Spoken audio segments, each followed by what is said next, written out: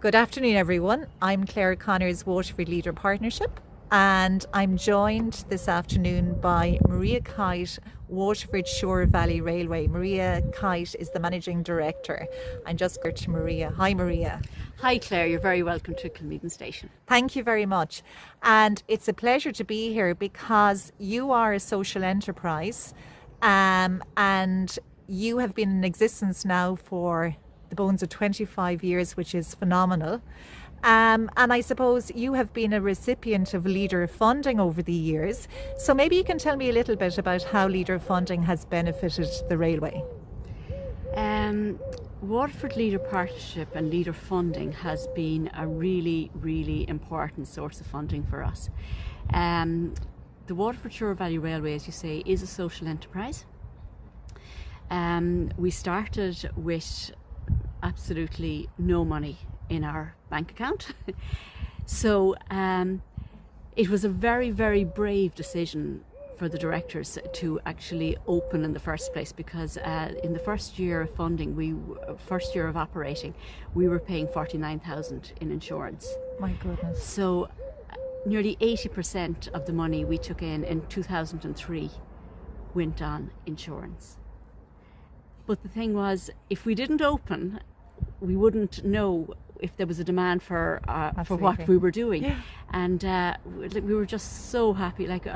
We opened at the end of April, beginning of May in 2003, and we had over 15,000 visitors. So we knew immediately the reaction to what we were doing, that there definitely was a demand. Now, we opened here with a shipping container and selling tickets out of a window, Yeah. It was we didn't have a proper car park. It was Basic and rustic. Basic, Yeah. very rustic thing. But we had to start somewhere. Yeah, of course. And it was the funding from Waterford Leader Partnership that allowed us to develop the infrastructure around. We had the track laid, fantastic, wonderful. We had, with the help of Waterford City and County Enterprise Boards, we had purchased a locomotive and carriages. But they were being housed inside in 3 shipping containers welded together on stilts. It was so basic. So each year, starting in 2002, we made an application to Waterford Leader Partnership, and that was to lay 3 kilometres of track, so that we'd have 6 kilometres of track to offer people a really nice 40-minute experience. Yes. Because we discovered that's seems to be just the right amount of time for people to visit. And we were able to do that, and then we opened to the public in 2003. In 2006 we made another application, and this application was to build a car park. We had purchased land from our neighbour, and they very kindly allowed us to pay off over 8 years for the land, and we were able to build a car park in that, and that was 2006. And these are very obvious things that are required for visitors. They're not, it doesn't add to the experience, it is a requirement for people to visit in the first place. 2010 we decided that we really needed a proper train shed, we needed a pit to service our locomotives.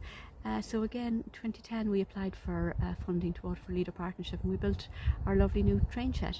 Fantastic. Yeah, really every 3 years we would have made an application to Waterford Leader Partnership. So basically, as you know, you have to put 25% towards it. So we would have borrowed that 25%, and it would have taken us 3 years to pay it back. Because, when you're operating a railway, it really is a bottomless pit. We would have money in our account at the end of December, because we would have been operating since the beginning of April, and we would have done our Spooky Express at Halloween, and we'd have done a Santa Express at Christmas, so we would build up a little fund. But we were closed in January, February, March, so that fund very quickly depleted between wages, insurance and maintenance costs. So by the time, and obviously marketing costs, because you spend most of your money is spent on marketing in January, February, March, when you're doing your brochures for the new year, you're going to Holiday World, you're advertising in magazines and maps and things like that, and all that money is kind of spent in January, February, March. So we would always be seriously in the red and almost maxed out our overdraft facility with the bank. But then once we open in April, the money starts coming in again. And it was kind of August before you're in the black again. Yeah. And so we never had spare cash to invest in the core infrastructure that you needed to operate a railway. So Waterford Leader Partnership and Leader funding, rural development funding, was what allowed us to develop the business. It's fantastic. And I mean, over the years, you have done lots of enhancements at the station. You have doubled your car parking spaces. You've put lots of new additions at the station itself with picnic benches, and what's been a huge addition is the Greenway opening, the Waterford Greenway opening in 2017. I mean, that made such a difference to us. Like True Leader, we were able to put nice signage up, we were able to put picnic benches out, we even purchased a new locomotive, and that was just so essential to our business. But when Waterford Greenway opened in 2017, that was a really great game changer for us. It brought a whole new custom to the railway that we never had before. So by 2019 we were able to open up the Whistle Stop Cafe, and it was justified. We were justified opening it between the business from the railway and the business from the Greenway. But not only the Greenway bring us custom for the cafe, but it also brought an awareness of the fact that we even exist. I mean, you would not believe the number of people living in Waterford who came out here for the very first time, because they cycled out, and they weren't coming to visit the train, and they didn't even know we were here. So we brought it, just made it easier. There was such you just had an instant footfall. A whole awareness. So in 2019 then we made the application to rebrand, because the company had grown so much that we really had gone away from being just an attraction for families, and that we suddenly became a kind of an international attraction, in that we were on Great British Railway Journeys comes to Ireland. We've been on lots of different television programmes, and in Germany, in Holland, and throughout Europe. Really, we've had visitors from Australia and Switzerland, Canada, coming saying they saw us on Great British Railway Journeys. Brilliant. So I mean, there was a whole new awareness, but we needed to really freshen the brand and kind of have a brand that would work into the future. Absolutely. And the rebranding of Waterford Shore Valley Railway in 2019, 2020, we were able to open during COVID with a whole new fresh brand. Everybody came back, all the volunteers came back with a whole new fresh feeling that it was almost like a new product. Absolutely. Completely. And it was chapter. Amazing. Yeah, it was just amazing. And we were so proud to be able to display our new website and our new storyboards around the station, telling the story of rail. I mean, it's just made such a difference. Well, to the product. It's after adding certainly a splash of colour here around the station. Tell me, Maria, what has been your experience of applying for Leader funding? How did you find the process? Have to say, in the beginning it was daunting, but it was quite manageable. I was able to do it myself. I was very proud of the fact I was able to do it myself, and the help that I get from Leader and the direction I get is fantastic, I have to say, really, really good. As the years went on, it became more and more onerous, and making the application became quite a scary thing, I have to say. Particularly our last application, because it was for capital funding, and you really do need a specific expertise when it comes to capital funding and the e-tendering process and that. I mean, really, I don't know how It's not smaller. for the faint. It's not for the faint-hearted. It That's really for sure. isn't. It's not. I don't know how smaller community projects do it. We're very fortunate in that we have a great board, and we have some great skills on our board, both in finance and in engineering and planning and governance. So and in marketing, we've got some really, really good directors, and that's why we were able to make a successful application. But I have to say, it wasn't easy, and even for them with their expertise, it wasn't easy. No, and it's not. And I suppose, look, you're sending a very good message to a lot of other small community groups, obviously, that you need a good jockey behind the project, and that's important to have a dynamic board. Absolutely. And but the other thing I think is that you know, my experience over the years of applying for funding, like in the beginning, it was you advertised it, which was great. You advertised it, and you got your applications in. But as a social enterprise, there are contractors who would be a little bit more sympathetic towards us, and even for the rebranding project as well, there would have been people who would have been quite happy to help us and maybe not charge as much. But once you start doing an e-tender process or five tender applications, then it does become more onerous, and it's, you know, while it makes it competitive, it also puts a huge amount of work on the person who is making the the tender Yes, process of makes course. it much more onerous for them as well. Of course. So, you know, they're not going to be as sympathetic to us then, because it's very much like it's you know, it's their business, and it's a lot of work goes into it, so they need to make sure that they're making money out of it also. Absolutely. So it kind of takes the goodwill element out of it that we possibly would have got if we Were able in a position to go direct tender.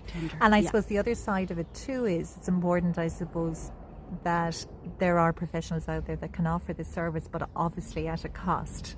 And that's unfortunately, I suppose, aside to the larger capital applications under Leader, that's maybe a step that groups or projects have to take to benefit from larger amounts of Leader possibly, funding. but you're already like, even making the application, you're already investing so much. Like you've got the planning, obviously that has to be done. You know, that's not a problem. But you know, you have to get somebody in to do the bill of quantities and all that. I mean, that's an expertise that not everyone's going to have, and you have to buy it in. Like so, like it was making the application itself is an expensive process now, whereas it used to be. Absolutely, and I suppose that comes with having gone through the rolling call process versus the targeted call process, which is now the chosen method, I suppose, under the Leader application. I suppose just one other thing I just wanted to ask you about was, besides Leader funding, what other types of funding have you been able to avail of? I suppose that there really isn't a huge number of funding opportunities really for a social enterprise, especially for rural development. Leader is our main go-to, to be honest with you, but we were very fortunate. We got some funding from well, it's not funding, it's you make an application to Fáilte Ireland for Digital That Delivers, but what that has done is that it has given me a whole new skill sets which will help promote what we have here. And like, while we have, because of the rebranding, we've got this fabulous package that we can now send out to people. So Digital That Delivers is teaching me how to access customers that we wouldn't have been able to access before. And like, obviously social media is like, I mean, it's the number one way of communicating with people for a tourist attraction like ourselves. So you just have to be very clever in how you make your little video clips and how you do your reels. Absolutely. And how to, it's so important. It's so important, and you have to be very clever in that. And you know, again, it's not something I can't afford to employ a marketing manager, so you kind of have to be a jack of all trades. So by doing the likes of Digital That Delivers and getting the funding from Fáilte Ireland for that, it's been a massive help to us. Like, so again, and it also opens up doors to other things that Fáilte Ireland do, because by being on that program. They remember you if they have visiting tour operators or a journalist visiting to do a story for, we'll say, the likes of the Farmers Journal or You magazine. They'll remember, okay, Brilliant. Maria is there at the Waterford Shore Valley Railway, and they look after families very well. We'll send them down there. Super, super. And I suppose just one last thing. What advice would you give potentially to another community group that might be at the very early stages of developing a project in terms of applying for leader funding? Well, first of all, make sure you've got the right supports around you before you make the application. Find out exactly what, be very clear about what is required from you to make the application, and make sure you get the right supports around you, because it can be an expensive process, and you do need to know that at the end of it you're going to be successful. So don't make it unless you know that you have everything that's required. Absolutely. For the application. And I suppose just the other thing just to mention is I suppose your future plans, because you have just recently been awarded leader funding under the last call, and you're putting it to good use. Maybe just tell us a little bit about what that's going to do at the station. Right, we've just been awarded funding for a new preservation facilities building. So basically, we have been very fortunate in that the National Trust in the UK has gifted us a steam locomotive called Kettering Furnaces No. 3. Brilliant. It's very exciting. We have awarded the contract for the restoration to a company in the north of England, in Darlington, and the engine has been stripped, and we've paid the deposit for a brand new boiler. It's a very expensive project. It's something that we're going to be fundraising for extensively, but we will also need to put facilities in place at the station in order to operate with steam, because it's a very, very different type of operation to operating with diesel. We need to put in new sidings, we need to put in water towers and ash pits, and there's just so many other things to consider when you're operating with steam. So we would like people to be able to come to the station and see how the steam locomotive is being restored. So we're going to make little videos of it at each stage of the process. And the preservation facilities building is, because we've grown so much, and we've also been gifted some locomotives by Bord na Móna, we've grown so much that we need somewhere to display some of the locomotives we've got.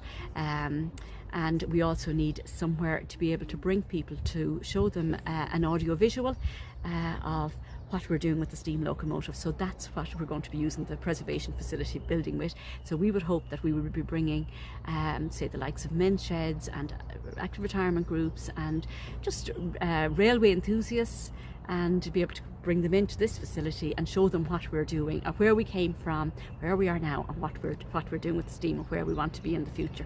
And that building is going to allow us to do that. Fantastic.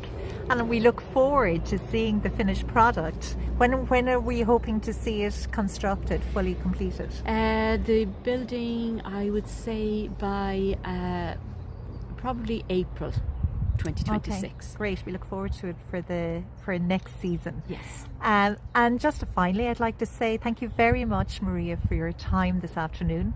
It's been a pleasure working with you over the years, and we look forward to continued support under the Leader programme. Thank you so much, Claire, and I'd just like to thank all the people in Waterford Leader that I've dealt with over the years, mainly yourself, but also I know the board is a voluntary board, and they give their time as well, and without them we wouldn't have the funding, so a big thank you to them. Lovely. Also. Thank you, Maria, and I'll pass on your word of thanks.